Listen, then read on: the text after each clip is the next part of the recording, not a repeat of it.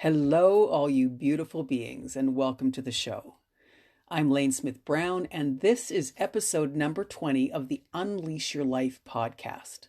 And today, we're going to have a conversation about the crazy math formula your ego is using to control you and keep you playing small. So get comfy, buckle up, and let's enjoy this ride.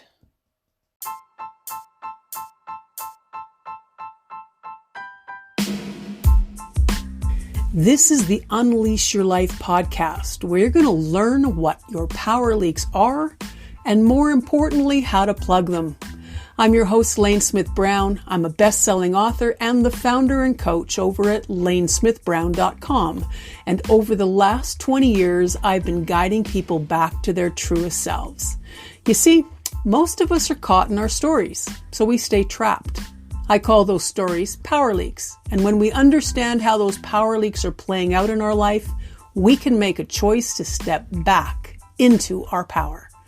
If you're interested in learning more, you can pop over to lanesmithbrown.com.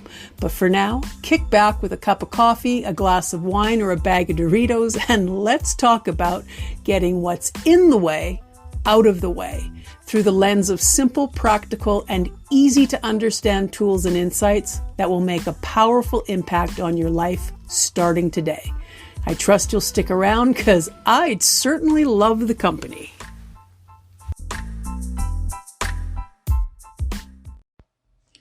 Welcome back to the show. Now, I've touched on this topic before regarding how our minds are working from a bizarre and random set of rules. But I'm going to drill down into something today that might prove to be a really helpful tool for you as we continue our work together on letting go of our power leaks and stepping into our authentic power, also known as our divine intuition. So I've been referring to all of our unconscious beliefs, behaviors, bias as power leaks. And they are power leaks because they drain us of our authentic power and prevent us from hearing our intuition. They serve as distractions and keep us playing small. Do you get the significance of turning up the volume of your intuition? Do you get that you're not purely a three-dimensional being? Do you get that there is something beyond this physical experience that you are connected to? It's what keeps your heart beating and our solar system spinning in orbit. And it's what grows the grass and the flowers. All the stuff you don't have to think about, you can just take for granted. Do you understand that you're more energy than you are solid material? Even if it doesn't feel like that most days. Do you remember those grade 7 classes where the teacher tried to explain that the table wasn't solid? It was more emptiness and moving particles. We seem to know this on a theoretical basis, but we don't often think about it on a day-to-day basis. Well, the truth is, it was true then and it's true now. And we forget it all the time. We live as if we're a grain of sand when we're the whole damn beach. Or we live as the wave when we're the whole damn ocean. We live as if we're this 3D physical being when we're the whole damn universe. There's a show coming up that will dig into this a little bit more, but I just want to plant this seed today. Your intuition is a direct connection with the collective consciousness. That's the stuff the universe is comprised of. Intuition is way bigger than gut instinct or spidey senses or good luck. It's connection to whatever that field of possibilities is. So this show is focused on what you can do to turn down the volume of your ego mind and turn up the volume of that indescribable wisdom that exists for anyone who wants to hear. In previous shows, we've also discussed how you came into this world with purpose and chose where you landed and what experiences you'd have, because it is all moving you towards the intention you came into this world with. Now, I'll tell you right now, this perspective may infuriate some of you because There seems to be a movement now towards trigger avoidance. And if that's you and you don't want your feathers ruffled, count this as fair warning. Your feathers are going to get messed up if you stick with me and continue listening. But once they're ruffled, I'm sure we can find a way to make you look all spectacular once again. So come on this ride with me, okay? Especially if you're skeptical, because this concept can hold up to scrutiny. All of the work we're doing here is to prod you into remembering what it is you came to do. And a big part of this work is about getting you to fall in love with yourself all over again.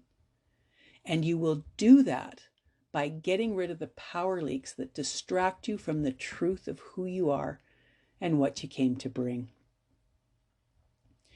Know that what I'm saying here is taken from ancient wisdom that dates back tens of thousands of years.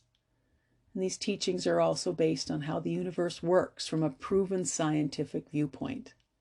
Together, we're exploring how energy moves and changes but never dies, and how that energy contains information and wisdom that we can all tap into when we get out of our heads and into our hearts.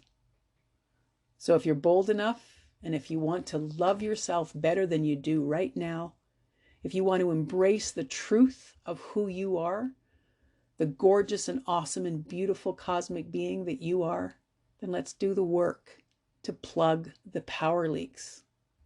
Let's dig deeper into this conversation, okay?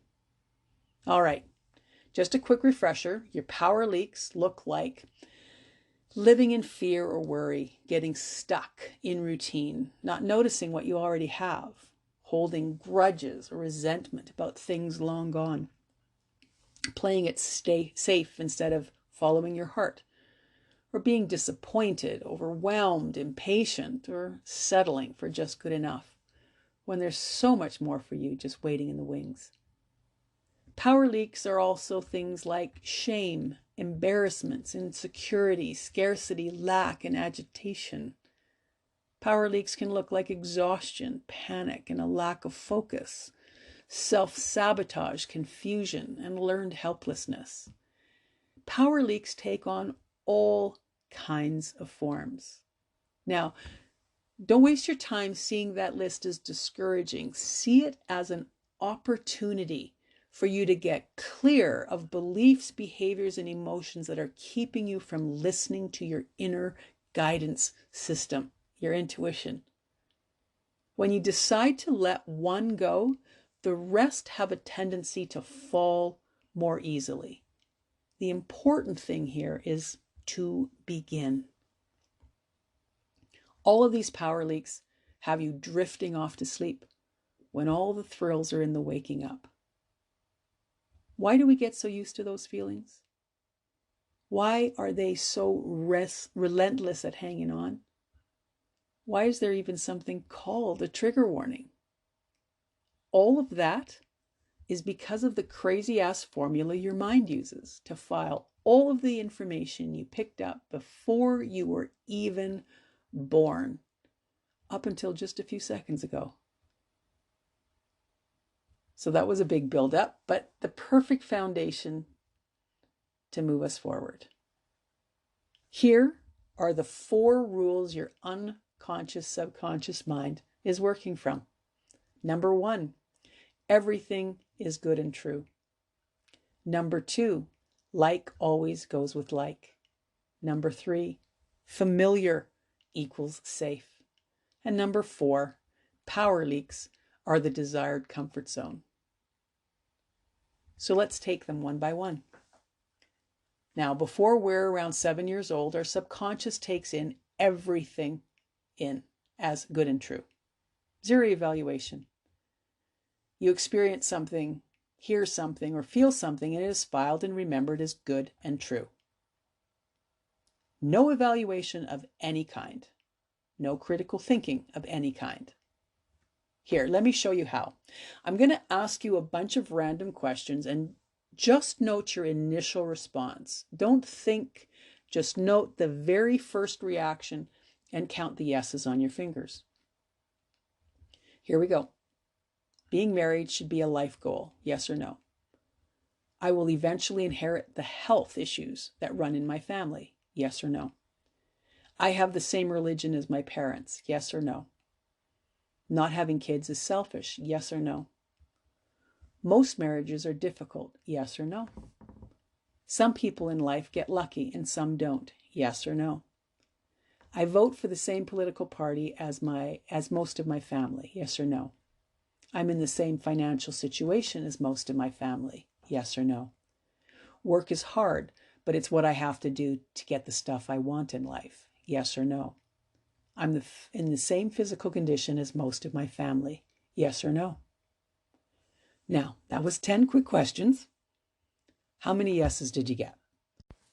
How many of those yeses come from your early years or from viewpoints of your religion, political affiliation, or culture? How many of those yeses did you actually make a decision to believe? You actually made a conscious, evaluative choice to believe what it is you believe. How many? Now, what do you think about the color of your skin versus the color of someone else's skin?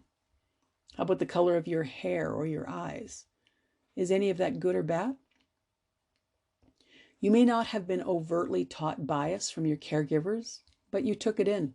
Zero evaluation. How about respect for certain jobs or careers and disdain for others? Were you trained to believe you were better than some or a little less than others? Do you still believe the things you absorbed in those early years, or have you done some work on this already? You may still be working on other people's opinions about you from those early years too. Whether you were too tall, too short, too assertive or not assertive enough, too skinny, too fat, slow, quick, inconvenient, unlovable, special, not special, precious, or expendable. None of this filed information needed to be explored or explained. It just got placed in your subconscious mind as good and true. Much of that information is neither good or true, and that's why we're here. Now, if good and true wasn't unhelpful enough, your mind does something even more screwy. It files like with like. Let me explain. Let's say I'm a little kid and I'm walking along the street and I pass a blue house.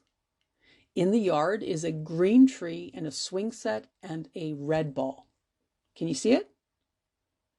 Out of nowhere, a large dog comes at me and barks ferociously.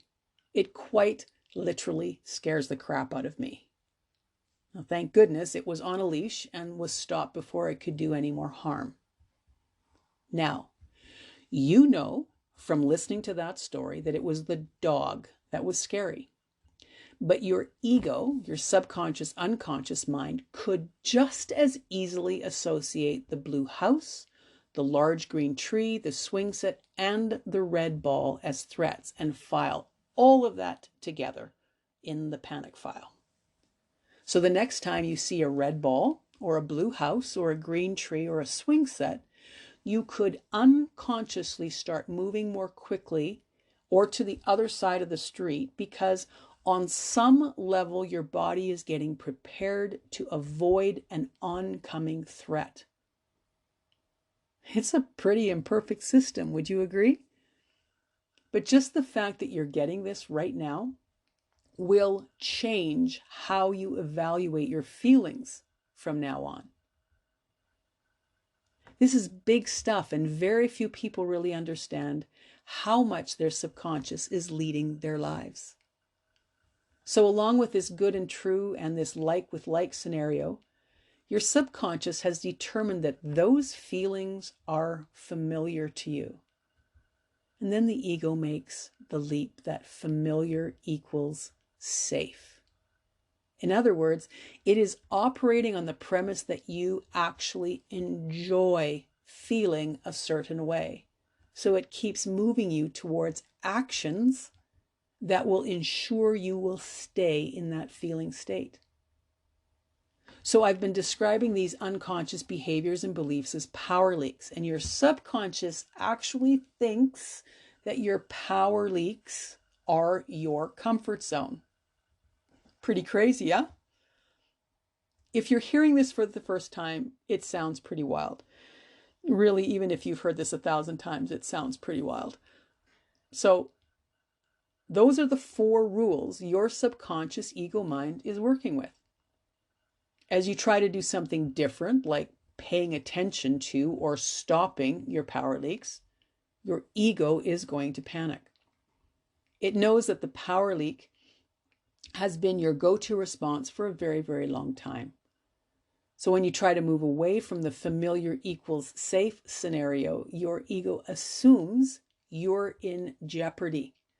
So it will do everything in its power to move you back to the old way of doing things. But being aware of what your ego is doing gives you the winning edge as you try to change and grow. Let's say this another way.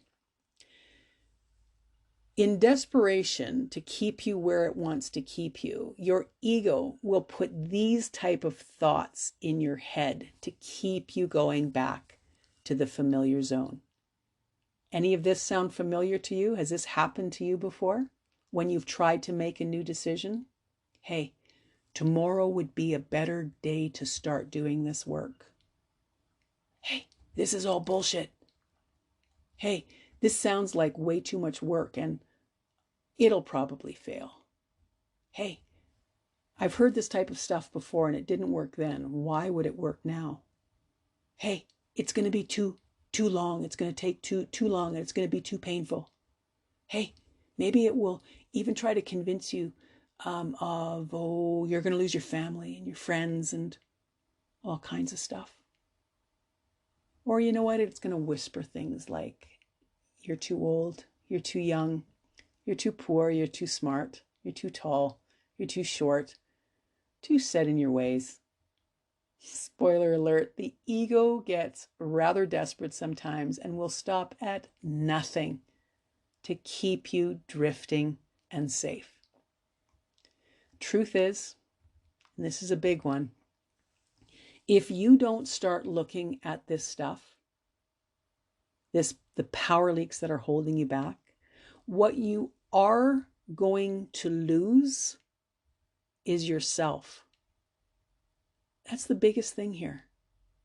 You need to remember yourself. What does your ego try to lull you back to sleep with? Maybe it suggests that it's time to watch a little more Netflix. After all, what's the harm in just one more episode? Or perhaps tea and cookies, another glass of wine, or one more bag of chips will do the trick.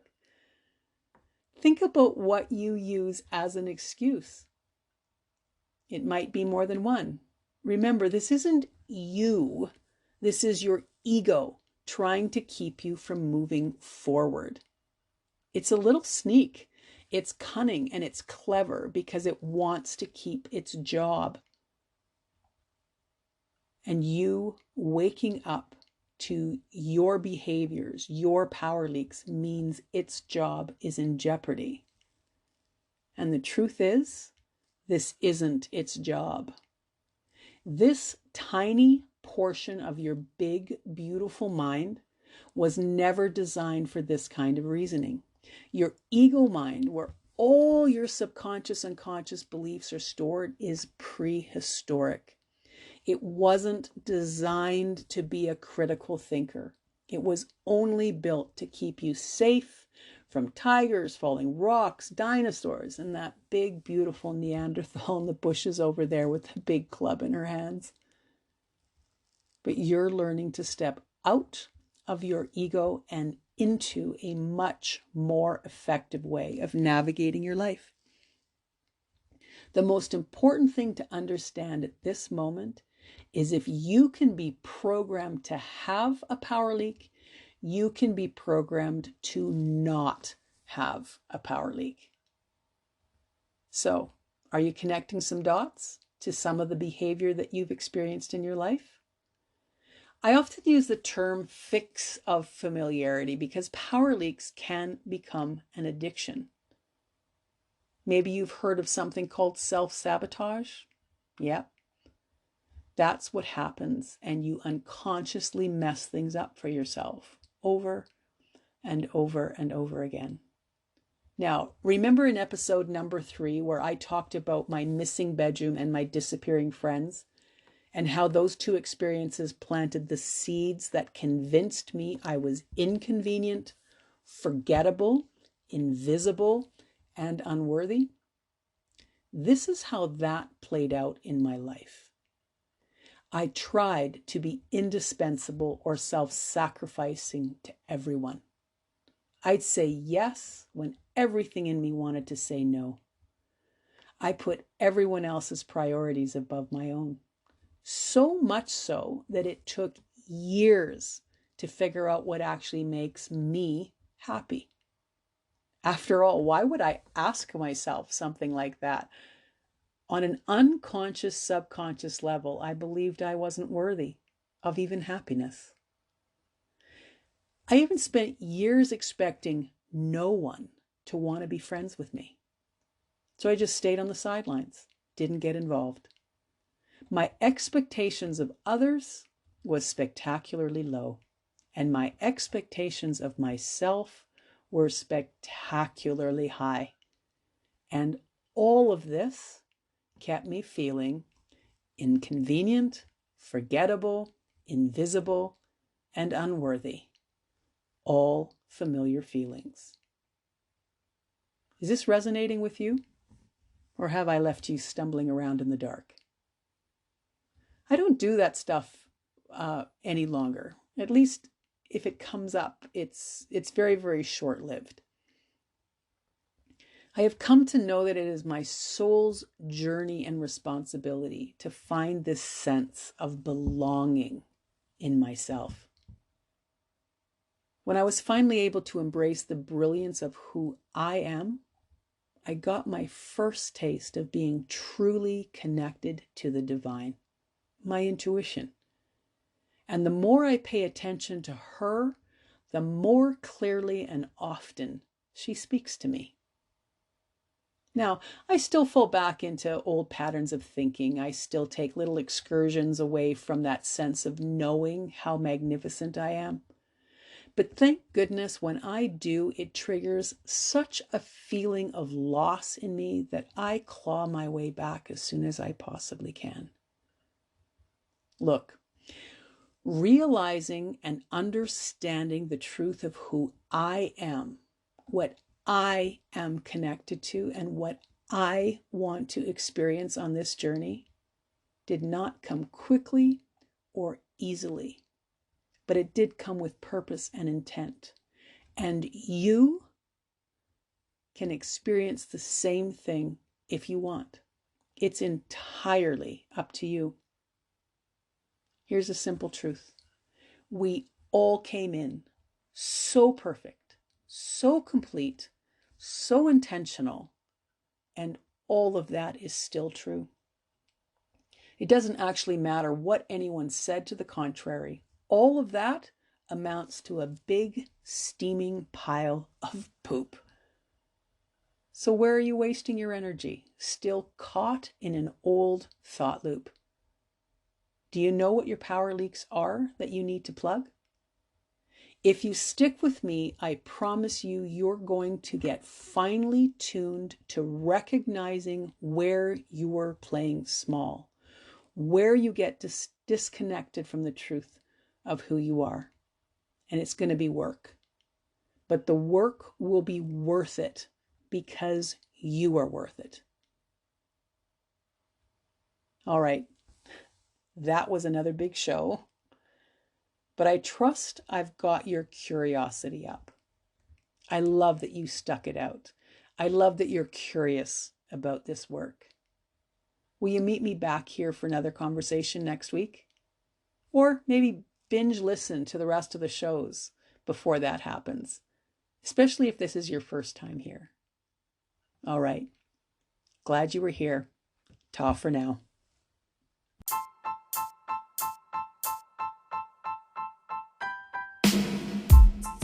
Well, I hope this show rocked your world a little bit.